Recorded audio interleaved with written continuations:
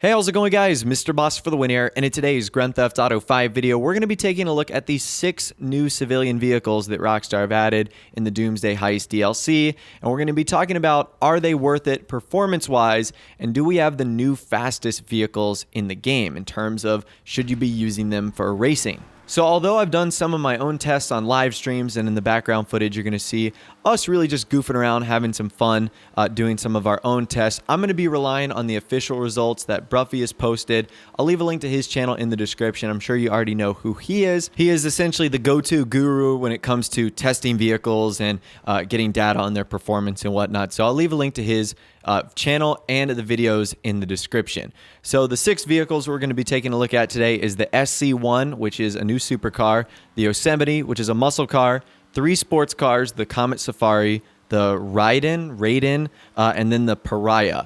And the other one is an off-road vehicle, and that is the Vapid Reata. So let's start with the supercar. Kind of an interesting move from Rockstar. They only added 1 supercar so far. Typically, we see a little bit more than that. And this supercar is not all that great. So again, according to the data gathered by Broughy, it's the 26th best supercar on the list. And I immediately did not like this vehicle. I think it's a Ubermacht, which is BMW. At first, I thought it was an i8, but I'm really not too sure what this thing is. I don't really love the look of it, to be totally honest with you. And that was initially kind of a turnoff for me. And just when you get in it immediately, you can kind of tell it's not all that great. There's nothing particularly terrible about this vehicle. It just really doesn't do anything all that well. And honestly, this would probably be better as a sports car. I know that the i8 is like a hybrid supercar in real life. So I'm not sure if Rockstar wanted to just keep things linear there and didn't want to mess up the sports car category. But honestly, I feel like it should have been a little bit better there. Now, let's move on to the muscle class. The muscle class actually has a new #1 car, and that's the Yosemite. So it's a tight race between the top 3, the Sabre Turbo and the Pfister Dominator, which is that stock car you can actually unlock in single player, but Rockstar made available in online. So although this is the new #1, when I've been using this, I am not comfortable with the Yosemite at all. It's a little harder to drive than the other 2 vehicles. I think the Dominator is super easy to drive, but this one I really struggle with. It might just be me personally as a driver. But the one thing I noticed about this vehicle is it has crazy top speed. I mean, this thing top speed-wise could compare with some of the sports cars, some of the other vehicles in the game, and I think that's what really sets it apart. And on top of that, I know this doesn't matter talking about it in this video, but it has crazy and epic customization for a muscle car, something we're not used to seeing in other vehicles. So the Yosemite, definitely a must buy if you want to have the new #1 vehicle in the muscle car class. After that, we're going to move on to sports cars, and we'll be starting with the Comet Safari. So this is the 31st best sports car, which is not all that great. But I think the strength of the Comet Safari is not meant for races, is kind of more meant for off-roading.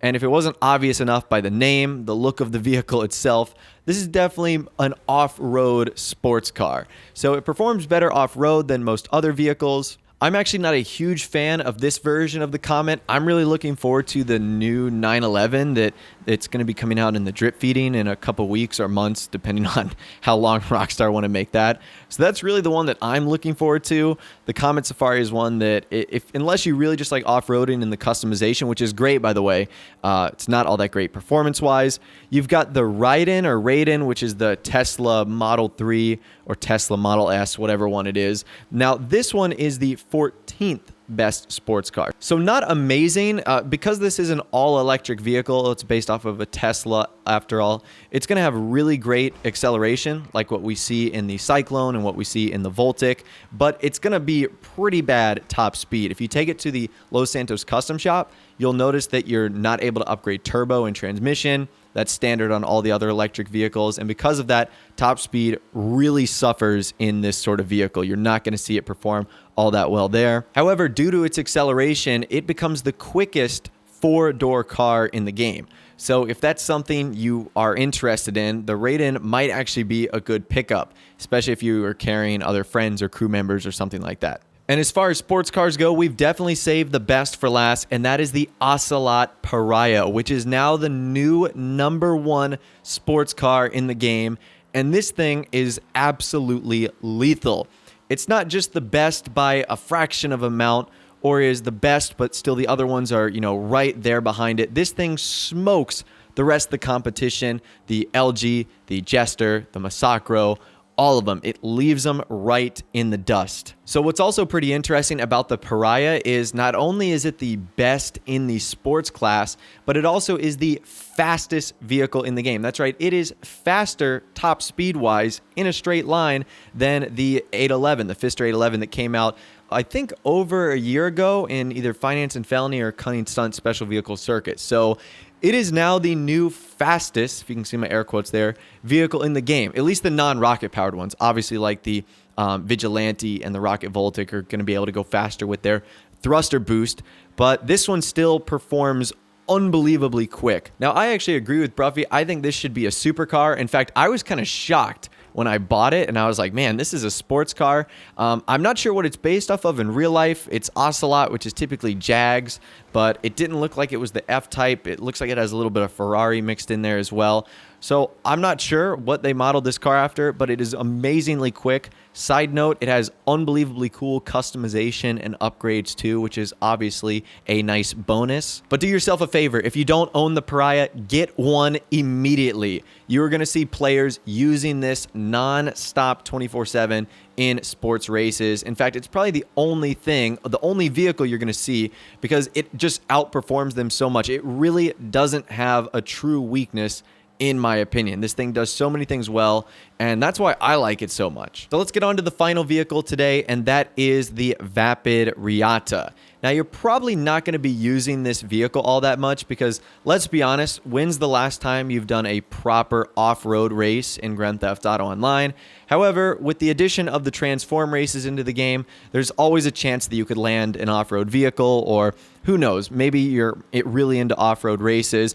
I will say this vehicle is not faster, at least in a drag race that I did, with the Coil Brawler and then the Trophy Truck. And those were my go-to off-road vehicles since they've been added into the game over a year ago. So it's not quicker than those. So to me, it's not really a vehicle that I'm going to be using in races. Again, I'm never doing off-road races, but on the off chance you find yourself on one, you might consider this vehicle. To me, the reason you would buy this car is it has great off-road potential and it has unbelievable customization. I wouldn't buy this vehicle. In fact, I'm not for its performance. I'm strictly buying it for its off-road ability. I think it's like a new Ford Bronco, which is kind of cool. So that right there is really all the information you need to know on the new vehicles that have been added into Grand Theft Auto Online with the Doomsday Heist DLC.